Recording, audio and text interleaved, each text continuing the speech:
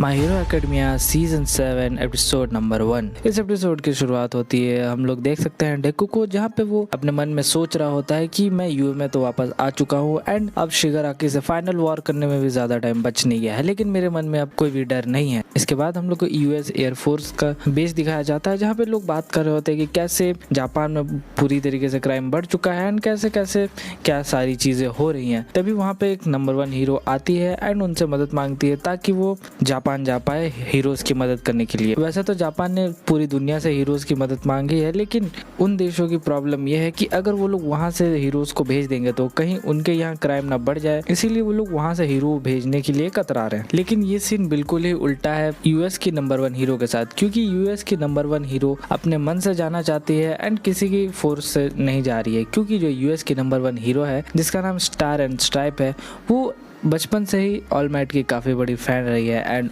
All might ने इसकी एक बार जान भी बचाई थी, इसीलिए वो अपनी मर्जी से जा रही है, क्योंकि ऑल माइट ने उससे पर्सनली मदद भी मांगी थी। तो वो इन पायलट्स को बोलती है कि क्या तुम लोग मुझे जापान तक ले जाने में मदद करोगे, तो वो निकल जाती है जापान के लिए। अगले सीन में हम लोग ऑल फॉर वन को स्पिनर के साथ किसी एक गुफा में छुप के बात करते हुए सुनते हैं एंड वो दोनों के बात से हम लोग को ये पता चलता है कि ऑल फॉर वन के काफ़ी ज़्यादा बाहर कनेक्शंस है, लेकिन यहाँ पे स्पिनर का मकसद है ऑल फॉर वन को प्रोटेक्ट करना, लेकिन वो उसे बाहर जाने को बोलता है क्योंकि उसने भी उसके जैसे जितने भी म्यूटेंट सुपर पावर्स वाले लोग हैं उनको उसने मोटिवेट कर दिया होता है। अगला सीन हम लोग को दिखाया जाता है जहाँ पे हीरोज स्टार एंड स्ट्राइप को रिसीव करने जा रहे होते हैं, तभी उनको एक नोटिफिकेशन आता है कि 50 किलोमीटर आगे शिगाराकी आ चुका है स्टार एंड स्ट्राइप को रोकने के लिए एंड उससे लड़ने के लिए। तभी हम लोग को सीन चेंज होकर वहां पे दिखाया जाता है जहाँ पे शिगाराकी पहुंच चुका है स्टार एंड स्ट्राइप से लड़ने के लिए। तभी स्टार एंड स्ट्राइप उसको देख के बोलती है कि तुम ही वन फॉर ऑल हो क्या। तभी जो एक पायलट होता है जिसके ऊपर में स्टार एंड स्ट्राइप होती है, वो उसको बताता है कि नहीं,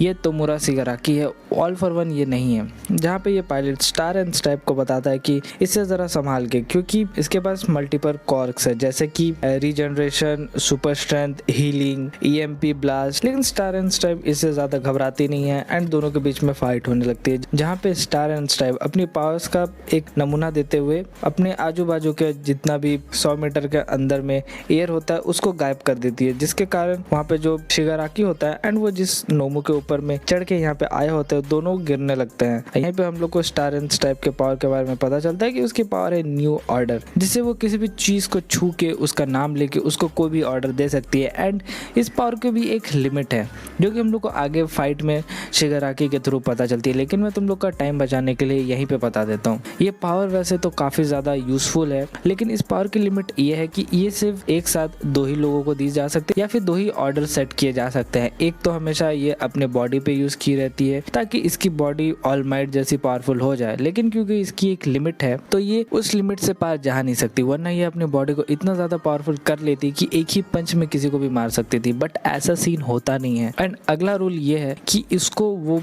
चीज को छूना पड़ेगा, चाहे वो पर्सन हो या फिर वो नॉन लिविंग थिंग हो, उसे छू के उसका रियल नाम लेना पड़ेगा, जो कि उसका एक असली नाम है, तब जाके उसके जो ऑर्डर्स हैं वो उस पर काम करेंगे। एंड इसी फाइट के बीच में शिगाराकी इसके पावर्स के बारे में पता लगा लेता है, जो कि मैंने तुम लोग को पहले एक्सप्लेन कर दिया कि इसकी पावर्स कैसे काम करती है। तो वही शिगाराकी एक मुक्का खाने के बाद सोचता है कि ये पावर्स काफी ज्यादा इंटरेस्टिंग है एंड ये पावर्स मुझे चाहिए। तो शिगाराकी जब इनके एयरक्राफ्ट के ऊपर में हमला करता है तो स्टार एंड स्ट्राइप क्या करती है कि उसके जो 100 मीटर के रेडियस में था वो सारे एयर को वो गायब कर देती है, जिसके कारण वो गिरने लगता है। तभी वो जितने भी एयरक्राफ्ट होते हैं वो लोग लेजर अटैक करते हैं एंड लेजर अटैक ऑब्वियसली शिगाराकी का कुछ बिगाड़ नहीं पाता, वरना जापान वाले कब का हरा चुके होते। लेकिन शिगाराकी उन्हीं लेजर्स को एम्पलीफाई करके एंड रिडायरेक्ट कर देता है उन्हीं की तरफ। तो star and stripe new order अपनी पावर का यूज करके लेजर को भी पकड़ लेती है अगेन, जिसको देख के शिगाराकी काफी ज्यादा फैसिनेट हो जाता है पावर को लेकर एंड अब उसको तो पावर चाहिए ही चाहिए कैसे भी करके। तो इनके बीच में हम लोग को काफी भयंकर वाली फाइट देखने को मिलती है। तो यहाँ पे जब स्टार एंड स्ट्राइप शिगाराकी को मुक्का मारती है, फिर वो अपने पावर्स का शिगाराकी पे यूज करने की कोशिश करती है एंड बोलती है कि तोमुरा शिगाराकी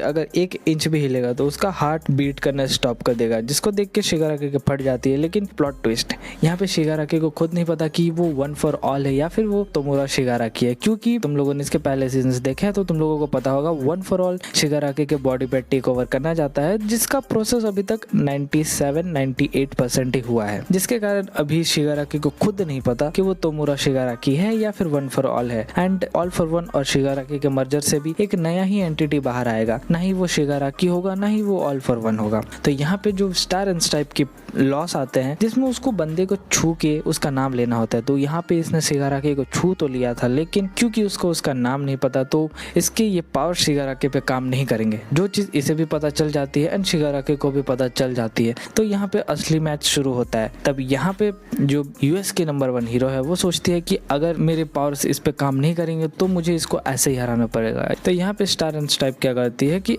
एयर को पकड़ दिया एंड उसको ऑर्डर देती है कि उससे भी 100 गुना बड़ा एक स्ट्रक्चर बन जाए, जिसको शिगाराकी देख तो नहीं पाता क्योंकि ऑब्वियस सी बात है वो काफी बड़ा है, लेकिन वो भाप जाता है कि कुछ तो गड़बड़ है एंड स्टार एंड स्ट्राइप उसको एक अपर कट मारती है जिससे शिगाराकी बहुत ही दूर जाके गिरता है एंड वो उसको कुचलने की कोशिश करती है एंड मिलियन पीसेस में तोड़ने की कोशिश करती है, लेकिन उसकी बॉडी इतनी ज्यादा स्ट्रांग होती है कि कोई काम आता ही नहीं है। तभी वो जितने भी इसके एयरक्राफ्ट वाले मेंबर थे उनसे मदद मांगती है एंड बोलती है कि I need your help and उन सभी के लेजर्स को इकट्ठा करती है एंड शिगाराकी पे मार देती है। लेकिन इससे भी शिगाराकी को कुछ फर्क पड़ता नहीं है क्योंकि अगर इस हीट से ही इसको मरना होता तो एंडेवर इसको कब कब मार चुका होता। ये हीट सिर्फ शिगाराकी को रीजनरेट करने से रोक पा रही है और कुछ भी नहीं। इसी के साथ ये एपिसोड यहीं पे खत्म हो जाता है। नेक्स्ट एपिसोड में हम लोग को देखने को मिलेगा कि कौन जीतने वाला है, शिगाराकी जीतने वाला है कि यूएस के नंबर 1 हीरो जीतने वाली है। एंड यहाँ पे मैं बताऊँ तो इसकी पावर्स काफी ज्यादा फैसिनेटिंग है एंड काफी ज्यादा इंटरेस्टिंग है। मैं बोलूंगा कि 1 फॉर ऑल और ऑल फॉर वन से भी काफी ज्यादा मेरे को इंटरेस्टिंग लगी, लेकिन इसका बस मेरे को ड्रॉबैक यही लगा कि इसमें काफी लिमिट सेट है कि सिर्फ 2 ही ऑर्डर्स दे सकते हो एंड 2 ऑर्डर्स में से भी लिविंग थिंग्स पे उतने ज्यादा एक्यूरेट तरीके से काम नहीं करते क्योंकि तुमको इनका नाम बोलना पड़ेगा, लेकिन नॉन लिविंग थिंग्स पे काफी अच्छे से काम करती है जैसे कि एयर हो गया एंड अदर ऑब्जेक्ट्स हो गए क्योंकि उनका नाम तो फिक्स है एंड उनकी कोई कॉन्शियसनेस होती नहीं है। एंड लिविंग थिंग्स में कॉन्शियसनेस होती है जिसके कारण अगर वो शिगाराकी जैसे खुद ही कंफ्यूज है अपनी आइडेंटिटी को लेकर तो तुम अपनी पावर्स को यूज नहीं कर पाओगे। बाकी अगर ये पावर मेरे पास होती तो मैं तो एक भयंकरी वाले काम करता। तुम लोग बताना कि तुम ऐसी पावर्स के साथ क्या करते। बाकी मैं मिलता हूँ तुम लोग से किसी और दिन किसी और वीडियो में। Till then love you all, bye bye.